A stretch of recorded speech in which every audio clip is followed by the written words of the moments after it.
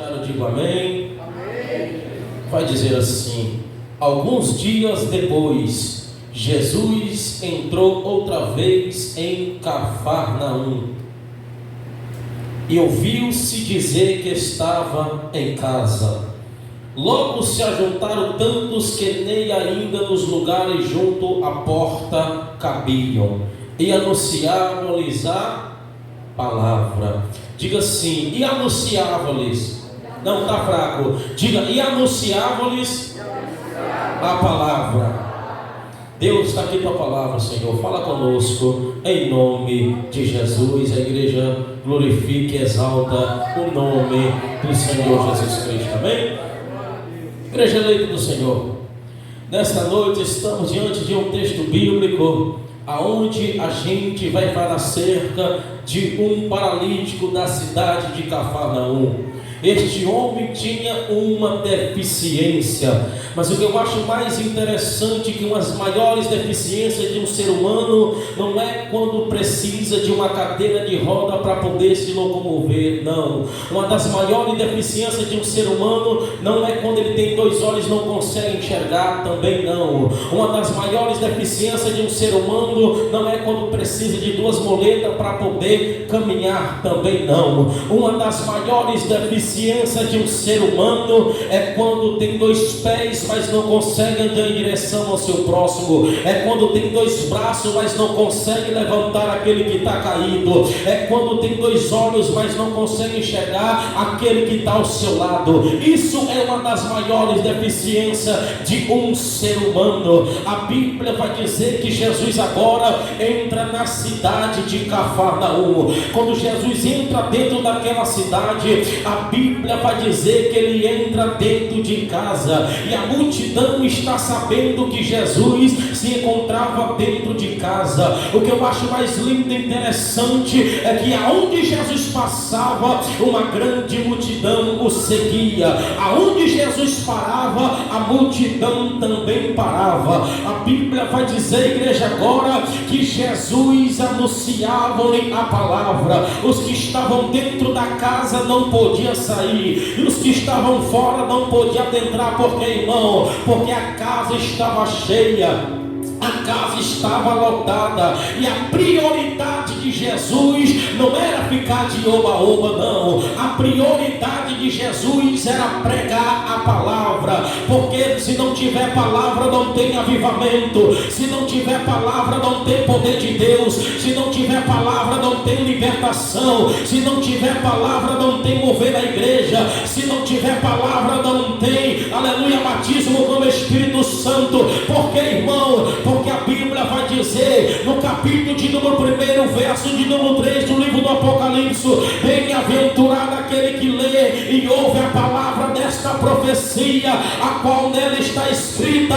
porque o tempo está próximo. A Bíblia vai dizer em João 12:48, a Bíblia diz: quem ouve e rejeita minhas palavras já tem quem o julgue, mas essa palavra que eu tenho dito, ela há de te julgar no último dia. Então a prioridade é a palavra. Certa feita, Jesus agora está trazendo um sermão duro para um povo juntamente com seus discípulos. A Bíblia diz agora que Pedro olhou para Jesus e disse: Senhor, é dura a tua palavra. O povo agora está se despedindo. Jesus olhou para Pedro e disse: Pedro, tu quer ir também? Pedro olhou para Jesus e disse: Senhor, para onde é que eu vou? Porque só tu tem a palavra. Certa feita, Jesus agora desce ao rio aonde Pedro se encontrava. A Bíblia diz que Pedro passa a noite todinha pescando e não consegue pegar nada. A Bíblia vai dizer que Jesus manda Pedro agora jogar rede, e Pedro olhou e disse: não, Senhor, eu passei a noite todinha pescando e não pesquei nada, mas por tua palavra eu jogarei a rede. Certa feita o salmista disse: guardei a palavra na palma do meu coração, para mim não pecar contra ti. Então é a palavra, igreja, é a palavra que cura, é a palavra que liberta, é a palavra que nos leva a morar no céu. Sem não ter palavra, nada acontece. comece o culto. A Bíblia vai dizer agora que Jesus estava pregando a palavra. A Bíblia diz agora que neste momento veio um paralítico carregado por 4 homens. Mas o que eu acho mais interessante é que o que estava dentro da casa e o que estava na porta não abre espaço para aquele homem passar. Porque, irmão, por causa da multidão. A multidão, meus pastores, eles não dão prioridade para aqueles homens passar. A multidão que estava na porta, a multidão que estava dentro, não dá oportunidade para aquele homem entrar para receber o milagre dele. Porque, irmão, porque sempre a multidão, aonde tem respaldo bíblico, sempre vai querer atrapalhar alguém que quer chegar perto de Cristo. Me prova na Bíblia. A Bíblia diz que certa feita, o homem por nome Zaqueu, a Bíblia vai dizer agora na cidade de Jericó, ele vai tentar agora ver quem era Jesus e não consegue ver porque sua estatura era de pequeno porte. A Bíblia diz que naquele momento a multidão cercava Jesus. A Bíblia diz que aquele homem sobe em cima de uma figueira e Jesus agora vai passando pela cidade de Jericó. A Bíblia diz que Jesus parou debaixo daquela árvore e a Bíblia diz que Jesus disse: desce daí depressa, porque hoje me convém pousar dentro da tua casa, Zaqueu. O mais interessante é que Zaqueu não conhecia Jesus, mas Jesus conhecia Zaqueu, tão tal que a primeira palavra que Jesus chama Zaqueu é pelo nome. Assim foi como dito o profeta Isaías no capítulo de número 43. Ele disse: mas agora sim te diz o Senhor, quem te criou a Jacó, quem te formou a Israel, não temas, porque eu te remi e te chamei pelo teu nome, e tu és meu. Quando passares pelas águas estarei contigo, quando passares pelos rios ele não te submergirão, quando passares pelo fogo ele não te queimará, e nenhuma chama arderá em ti. Mas aquela multidão não deixou Zaqueu encostar perto de Jesus. Então a gente vai ver o primeiro respaldo bíblico. Eu estou no texto, irmão, aleluia, que não deixa Zaqueu encostar. Eu me lembro também de uma certa mulher que sofria 12 anos do fluxo de sangue. A Bíblia vai dizer agora que ela pensou: se eu mesmo tocar nele, eu serei curada. Mas a multidão naquele momento não deixa aquela mulher chegar até Jesus. A Bíblia vai dizer que naquele momento aquela mulher ela toca na orla de Jesus. A Bíblia vai dizer que quando aquela mulher toca, as Escrituras Sagradas vai dizer que Jesus parou. E quando Jesus parou, a Bíblia diz que Jesus fala: quem me tocou? Pedro olhou para Jesus e disse: Senhor, a multidão te oprime, a multidão te aperta. E o Senhor pergunta: quem foi que te tocou? A Bíblia diz que Jesus olhou para Pedro e disse: Pedro, esse toque foi diferente, porque de mim saiu virtude. Então a gente vai ver 2 vezes dentro da Bíblia a multidão querendo parar alguém para chegar perto de Jesus. Assim como a multidão tentou não querer deixar esse paralítico entrar para dentro da casa. Então eu me lembro também de um certo mendigo que estava parado à beira do caminho. A Bíblia diz que Jesus ele vai passando com a sua multidão. A Bíblia vai dizer que aquele cego pergunta: o que é que está acontecendo? Alguém olha para ele e disse: é Jesus que está passando. E a Bíblia diz nesta noite que naquele momento aquele homem começou a gritar: tem misericórdia de mim, Senhor, tem misericórdia de mim. Alguém chega para ele e disse: cala-te, porque ele não te escuta. Eu me lembro quando Salomão falou no livro de Provérbios: aquele que tampa o ouvido ao clamor do pobre também clamará e Deus não escutará. E Deus naquele momento ele parou para o clamor daquele homem que estava na beira do caminho. E a Bíblia diz: manda chamar aquele cego que grita. E a Bíblia diz que naquele momento, igreja, a multidão não parou aquele homem. Eu estou começando a pregar para alguém aqui nessa noite que a multidão tenta te parar, a multidão não dá espaço para você passar, mas Deus me trouxe aqui hoje como boca dele para mandar te dizer: a multidão não vai atrapalhar aquilo que Deus tem para a tua vida. A multidão hoje vai ter que dar espaço para tu passar, igreja.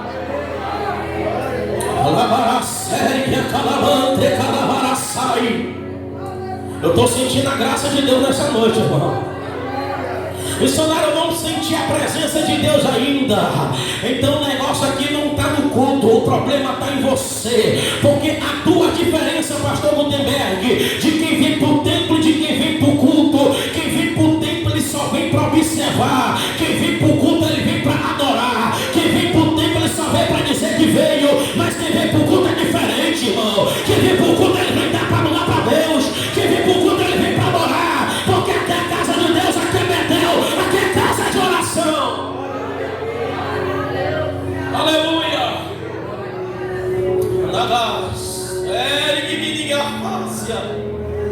Aleluia. E a Bíblia diz agora que vem aquele homem e a multidão não deixa passar. Quem está entendendo aqui nessa noite?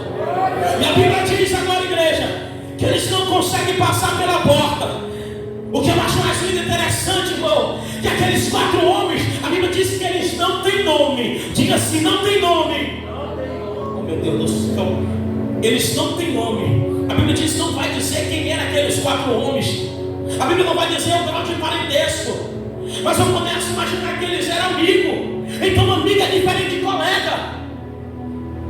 Aqueles 4 homens não passam pela porta por causa da multidão que atrapalha. Entra comigo dentro desse texto. A Bíblia vai dizer que eles vão passando por cima da casa. Comece a imaginar nessa noite Jesus pregando nesse culto e um buraco abrindo no meio do teto e aquele homem descendo do meio do culto que estava dentro da casa. O que eu acho mais lindo é que aqueles homens que estavam levando aquele paralítico não tem nome, mas eles têm obra. Eu vou repetir para você entender. Aqueles homens não têm nome, mas eles têm obra. O negócio não é ser reconhecido, o negócio não é ter nome, o negócio é ter obra. Tem muita gente que tem nome, mas não tem obra. A Bíblia vai dizer, Apocalipse capítulo de número 3, a Bíblia vai dizer na igreja de Sardes, Deus olhou para aquela igreja: eu vejo que vocês têm nome que vive, mas para mim está morto. Eu me lembro que certa vez um discípulo chegou para Jesus e começaram todos a se alegrar, pastor Gutenberg: Senhor, nós expulsamos demônios no teu nome, os demônios se gestaram a nós no teu nome. Jesus olhou para eles e disse: não se alegrai por causa disto, mas antes se alegrai, porque o teu nome está selado, o teu nome está escrito, o teu nome está estampado, está escrito no livro da vida. Não te importa porque teu nome não está no caderno de oportunidade, não importa porque o teu nome não está estampado no cartaz. O negócio não é ter nome, o negócio é ter obra. Quem tem obra aqui nessa noite? Quem tem obra aqui nessa noite? Levanta a mão para o céu aqui e adora ao Senhor. Tem gente aqui nessa noite que não é reconhecido por ninguém. Tem gente nessa noite que não tem nome, mas tem gente nessa noite que tem obra. Tem obra, tem obra, tem obra, meu irmão. Tu não tem nome, mas tu tem obra diante de Deus. Oh glória, a Bíblia diz que naquele momento agora aquele homem desce. A Bíblia diz, o que eu acho mais interessante é que todo mundo estava esperando aquele homem falar assim. Jesus diz, olha para quem ele disse: levanta e anda. Não, irmão, todo mundo estava esperando Jesus dizer: homem, pega o teu leito e vai para a tua casa. A Bíblia vai dizer: e vendo a fé deles. Não, peraí. Então tem algo na minha e na tua vida que Deus nos entrega de acordo com quem anda com nós. Aquele homem andava com pessoas que traziam ele para perto de Deus. Sabe o que é que Deus está dizendo para alguém aqui nessa noite? Começa a se relacionar com quem te traz para perto de Cristo. Começa a se relacionar com quem te traz para perto de Deus. Começa a se relacionar com quem te traz para perto do altar. Começa a andar com quem te traz para a igreja. A Bíblia diz: anda com sábios e serás sábio, anda com tolos e serás tolo. Eu começo a entender dentro da Bíblia: Abraão só começa a prosperar depois que Ló sai da vida dele. Tem gente que está aqui nessa noite que não está conseguindo caminhar de acordo com quem você está andando, de acordo com quem você está se relacionando. Com quem tu está andando? Com quem tu está se relacionando? E a Bíblia diz que aqueles 4 homens, o que eu acho mais interessante é que era uma multidão, só veio 4. Quem quer te ver bem não é muita gente não. Eu vejo aqui uma amizade verdadeira. Uma das amizades verdadeiras que eu encontro dentro das Escrituras Sagradas era de Jonatas para Davi. A Bíblia diz que ele disse: a partir de hoje, Davi, eu te amarei com a minha própria alma. Oh glória! Aquela amizade era verdadeira. Uma das amizades verdadeiras também era de Ruth e Noemi. Ela disse: o meu povo é o teu povo, para onde tu ireis eu irei também. Quando tu morrer eu vou morrer junto contigo. Então nessa noite procura alguém para andar. Se é mulher de Deus, anda com a mulher de Deus. Se é homem de Deus, anda com o homem de Deus. Procura alguém para tu te relacionar e trazer para perto de Cristo.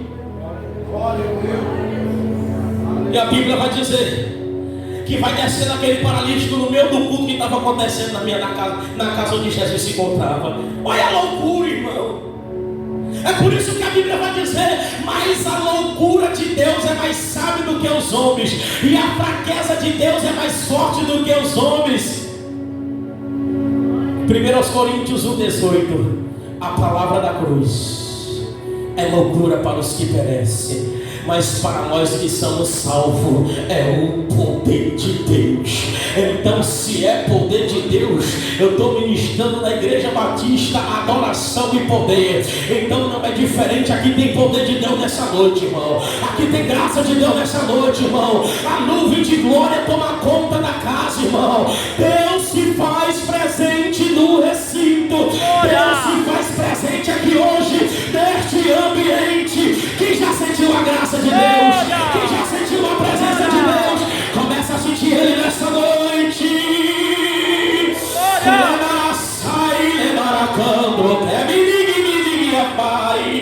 Ele é pro comandar a vasséria. Ele é quem pro comando que me diga a fácia. Deus está no recinto. Oh Jesus. E a Bíblia vai dizer que aquele homem desce naquela casa. A Bíblia diz que Jesus olhou para ele e disse: filho, perdoados estão os teus pecados. Alguém olhou para ele e disse: os fariseus que estavam na mesa: quem é este que pode perdoar os pecados? O que eu acho mais interessante é que qualquer um de nós, pastor, pode dizer: perdoa os teus pecados, vai. Mas o difícil é dizer: levanta e anda. A Bíblia diz: Jesus olhou para ele e disse: filho, perdoados estão os teus pecados. Não, peraí. Todo mundo que estava ao redor, quando aquele paralítico desce, estavam esperando. Jesus disse assim: ó, levanta-te, anda. Mas por que primeiro Jesus olhou para ele e disse assim: filho, perdoados estão os teus pecados? E vendo a fé deles, e disse: filho, perdoados estão os teus pecados. Sabe por quê? Porque o primeiro lugar que Jesus queria libertar aquele homem não era pelo lado de fora. Ninguém entendeu, vou repetir. O primeiro lugar que Jesus queria libertar, trabalhar com aquele homem, não era pelo lado de fora, era pelo lado de dentro. É por isso que Jesus disse: filho, perdoado estão os teus pecados. Quando eu começo a lembrar e falar do perdão de Deus, Isaías capítulo de número 43, verso de número 25, ele disse: eu mesmo sou o Senhor que apago teus pecados por amor de mim, e eu não me lembro. Hebreus capítulo de número 10, verso de número 17, ele disse: eu jamais lembrarei dos teus pecados e das tuas iniquidades. Aí Malaquias capítulo 7, verso de número 20, ele disse: eu mesmo sou o Senhor que pego os teus pecados e subjugo e jogo todo ele no mar do esquecimento. Isaías capítulo de número 43, verso de número 18, ele disse: eu não vos lembrei das coisas passadas e nem considereis as antigas. Era alguém que ia olhar para aquele paralítico e dizer: eu me lembro daquilo que tu fazia, eu me lembro dos teus pecados. Era alguém querendo condenar aquilo que Deus já perdoou. Mas aos Romanos capítulo de número 8, verso de número 1, ele disse: nenhuma condenação há para aqueles que andam em Cristo Jesus,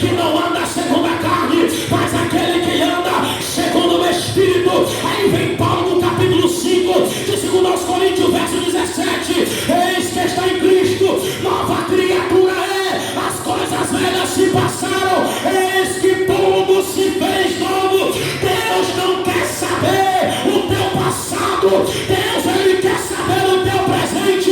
Tem muita gente lembrando aquilo que tu fez, mas não sabe a tua história, não sabe a tua história, não sabe como foi que tu fez para tu chegar até aqui. Foi altas barreiras, foi altas perseguição, foi muita calúnia, para Deus levantar a igreja batista, adoração e poder. Quem acredita nessa palavra, levanta a mão para o céu e adora Jesus.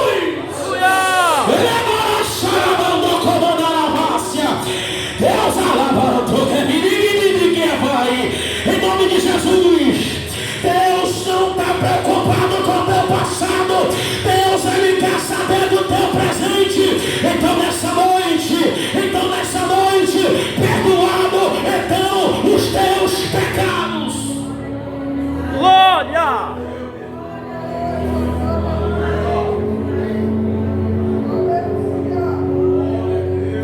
Aleluia! Oh, Jesus! Aleluia! Aí depois que Jesus olhou para ele e disse: perdoados estão os teus pecados. Aí sim, vem Jesus com a cura. Primeiro vem o perdão, depois vem a cura. Aí Jesus olhou para ele e disse: filho, levanta-te e anda. É noite de tu se levantar e andar. Deus, Ele quer te ver andando com teus próprios pés. Como assim, irmão? Vamos lá. No capítulo de número 28, no livro de Mateus, no capítulo de número 11, verso de número 28, ele diz: vinde a mim, todos estáis cansados e sobrecarregados. No capítulo 11, verso 28, ele disse: vinde a mim. No livro de Mateus, ele disse: quem quiser, vem após mim. No capítulo 16 do livro de Marcos, ele disse assim: ide. Não, peraí. Então, primeiro ele chama. Deus, Ele cuida no primeiro chamado.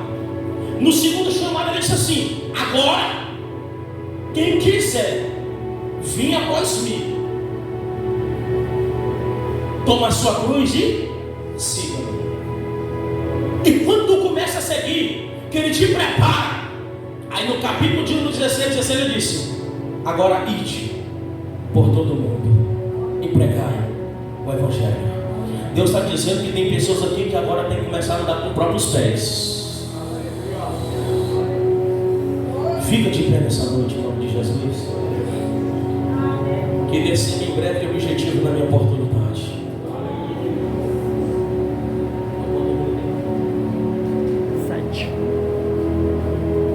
Jesus, hoje, Ele quer que tu caminhe com teus próprios pés. Ele disse: filho, perdoados estão os teus pecados. O que eu acho interessante é que Deus, Ele não está preocupado da maneira que tu se veste. Deus, Ele não está preocupado da maneira que tu vem. O que eu acho mais interessante, sabe o que é? É que certa feita os discípulos estão comendo na mesa junto com Jesus. A Bíblia diz agora que os fariseus olhou para ele e disse: ei, por que teus discípulos não comem, não lavam a mão antes de comer? Aí Jesus olhou para ele e disse: o que contamina o homem não é o que entra, é o que sai. Tem muita gente bem vestido com a saia até do pó, que se veste bem, mas para Deus não é nada. E eu louvo a Deus, pastor, pela vida dessa igreja. Eu louvo a Deus pela vida de vocês, que não vieram ver o homem, mas sim adorar a Deus. O salmista no Salmo 51, verso de número 17, ele disse: um sacrifício para Deus é o espírito quebrantado, um coração contrito. Deus, está aqui a tua igreja, Senhor Batista, adoração e poder. Nesta noite eu quero ministrar, meu Deus, esta palavra na vida de alguém. Eu não sei da forma que tu tem chegado aqui neste culto, mulher. Eu não sei que tu tem chegado da forma deste culto aqui nesta noite, homem. Mas uma coisa eu sei, que tu não vai sair daqui nesta noite da mesma forma que tu tem entrado. Eu me lembro que certa feita Ana entra dentro do templo angustiada, chorando,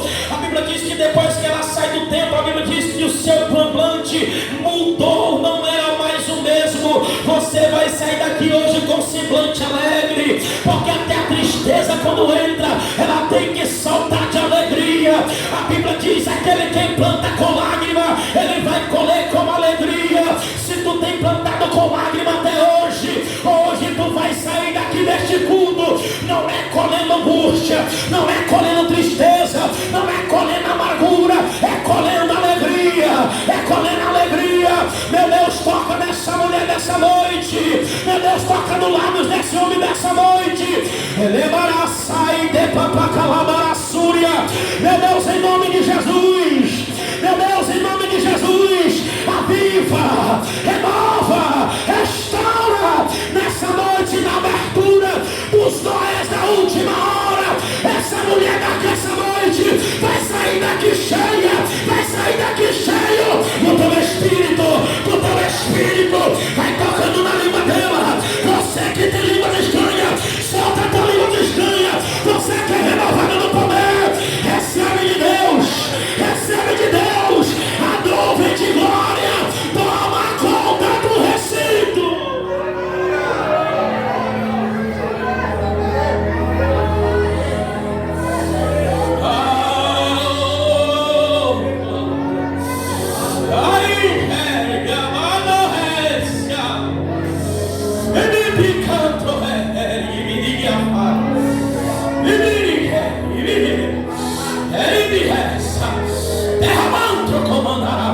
Deus, em nome de Jesus, Deus está renovando pessoas aqui nessa noite. Deus está renovando aqui nessa noite. Deus está renovando aqui nessa noite. Deus está restaurando o ministério aqui nessa noite. Você que chegou aqui quebrado, você que chegou aqui quebrada, seja a presença de Deus, seja a presença de Deus, sente a graça de Deus, sente a presença de Deus. A Bíblia vai dizer que Paulo travou o joelho, aí ele disse: por 3 vezes, eu disse: meu Deus, tira esse espinho da minha carne. Aí Deus chegou para Paulo e disse: Paulo, a minha graça te basta, porque meu poder se aperfeiçoa na tua fraqueza. Deus está renovando o crente com o poder dele na tua fraqueza aqui nessa noite.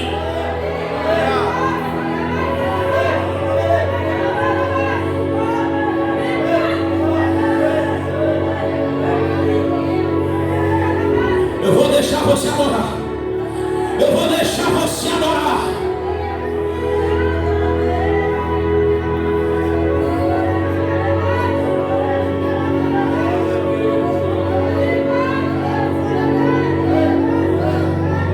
Meu Deus, glória! E vamos até o término deste culto hoje. Aqui vai virar uma panela de pressão, meu irmão. Hoje a tampa da chaleira vai voar. Hoje, Jesus. Então nessa noite, Espírito Santo, continua conosco, continua com a tua igreja. Abençoa os pastores, presidentes, abençoa os obreiros, diáconos, presbíteros dessa igreja. Abençoa os membros, Senhor. Abençoa, em nome do Pai, em nome do Filho, em nome do Espírito Santo. A igreja diz: